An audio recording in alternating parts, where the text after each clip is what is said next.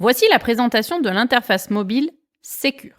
Lorsque vous créerez un compte d'accès à un collaborateur, il devra télécharger l'application Secure sur son téléphone personnel ou professionnel et se connecter à son compte. Une fois connecté, il arrivera sur l'interface présentée ici. Faisons un tour d'horizon de toutes les options de l'application.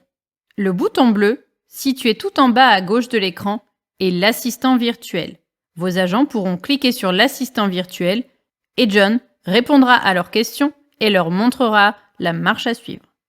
Vous retrouverez en bas à gauche de l'écran une ampoule.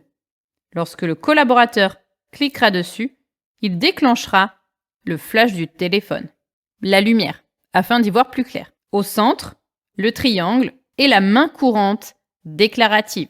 Lorsqu'il cliquera dessus, il aura la possibilité de déclarer un incident qui est présent sur site, des contrôles spécifiques effectués, des éléments concernant la logistique, des soins et secours éventuels, de faire des observations et de gérer la partie livraison non proposée sur cette session. Le téléphone rouge permettra à vos collaborateurs d'accéder à vos numéros d'urgence. Les numéros d'urgence peuvent être configurés dans les paramètres Agence dans l'onglet Informations.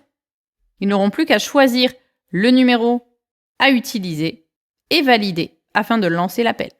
En haut de l'application, pour certains collaborateurs, vous retrouverez une loupe qui permettra d'effectuer une recherche par site, par client ou par collaborateur afin de consulter la fiche. Le triangle, disponible également sur les sessions administrateurs, est une communication de Secure vers ses utilisateurs. N'hésitez pas à consulter les triangles lorsqu'ils sont disponibles. Ceci vous permettra d'être au courant d'une éventuelle mise à jour, d'une procédure à effectuer, de l'impact du changement d'heure, des modifications des primes en début d'année ou éventuellement d'une promotion. Le bouton plus affichera aux collaborateurs ses options. Les options doivent être personnalisées dans les fiches collaborateurs dans la partie Compte Secure. Le collaborateur sur lequel nous sommes connectés a lui la possibilité de démarrer un service non planifié, une tournée, de créer un bon d'intervention, une note d'information, d'envoyer une demande à ses administrateurs, d'ajouter un document et de faire des suggestions d'amélioration à l'équipe Secure. Le porte-voix permet d'afficher aux collaborateurs les consignes agences, comme par exemple le règlement intérieur ou le code de déontologie. Personnalisez vos consignes agences dans les paramètres terrain.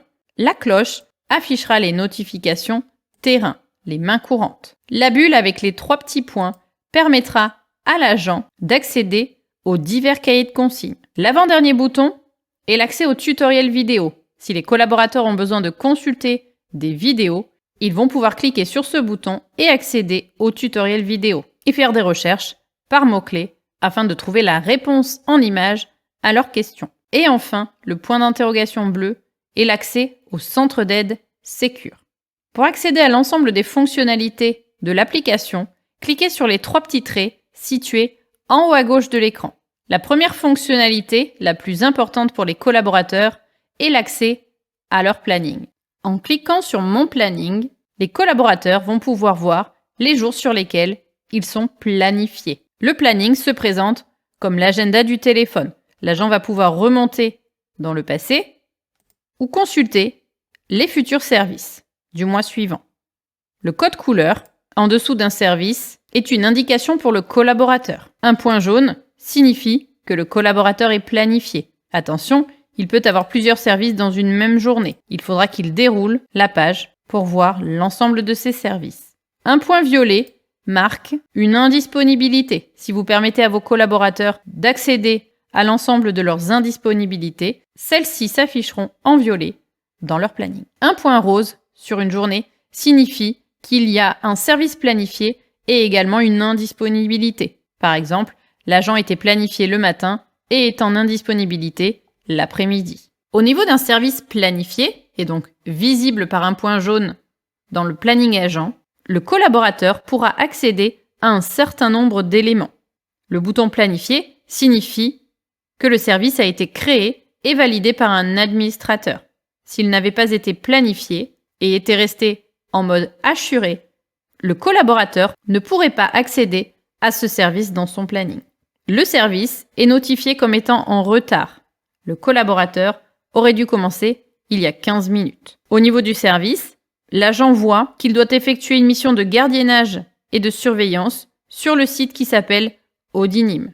L'adresse du site est présentée en dessous du site. Et le collaborateur doit travailler en tant qu'agent de sécurité qualifié. Antoine Maxime est le nom du collaborateur sur lequel nous sommes connectés. L'intitulé chef d'équipe secteur B est l'intitulé de poste que vous pouvez ajouter au sein de chaque collaborateur que vous planifiez dans un service, dans l'onglet collaborateur et dans la partie intitulé de poste. Le collaborateur retrouvera également plusieurs pictos. La clé lui permettra de récupérer les codes des clés et ou des alarmes pour accéder au site. Le porte-voix lui donnera plusieurs niveaux de consignes. Les consignes agences, qui sont les mêmes que celles présentées dans le porte-voix en haut de l'écran. Les consignes de site sont les consignes créées par les administrateurs sur le site, en l'occurrence Audinim. L'agent pourra également accéder au cahier de consignes du site Audinim. Il pourra consulter l'ensemble des éléments et répondre s'il en a le droit dans le cahier de consignes. Et enfin, le dernier niveau de consignes disponibles sont les consignes du service. Les consignes du service sont les consignes que vous créez, que vous intégrez à la création d'une mission, d'un service. Le dernier picto proposé, représenté par une flèche dans un losange, permettra au collaborateur de démarrer un itinéraire programmé vers l'adresse du site. Ainsi, s'il ne connaît pas le site et n'est jamais allé sur place, il va pouvoir se laisser guider par le GPS de son téléphone. Lorsqu'un collaborateur sera en service, la feuille de route de sa mission lui sera disponible. Par exemple, est-ce qu'il a des rondes à faire? Est-ce qu'il pourra prendre une pause? Le fil d'activité, c'est-à-dire l'ensemble des mains courantes, s'affichera en bas du téléphone. En dessous du bouclier, un chronomètre enclenché à l'heure de départ du service permettra de remonter un éventuel retard de l'agent. Tout en haut de l'écran, un nouveau picto sera disponible à vos collaborateurs en mission. La plume, qui affichera les mains courantes du site. En cas de contrôle, les agents doivent montrer toutes les mains courantes du site et pourront remonter dans le temps. L'agent étant maintenant en service, celui-ci s'affiche comme étant en cours. Et enfin, les collaborateurs pourront accéder à l'appel de renfort matérialisé par la bouée située en bas à droite de l'écran. L'appel de renfort lui permettra de prévenir tous les collaborateurs à proximité sur le même site qu'il a besoin de renfort. À la fin de son service, le collaborateur devra obligatoirement faire une fin de service.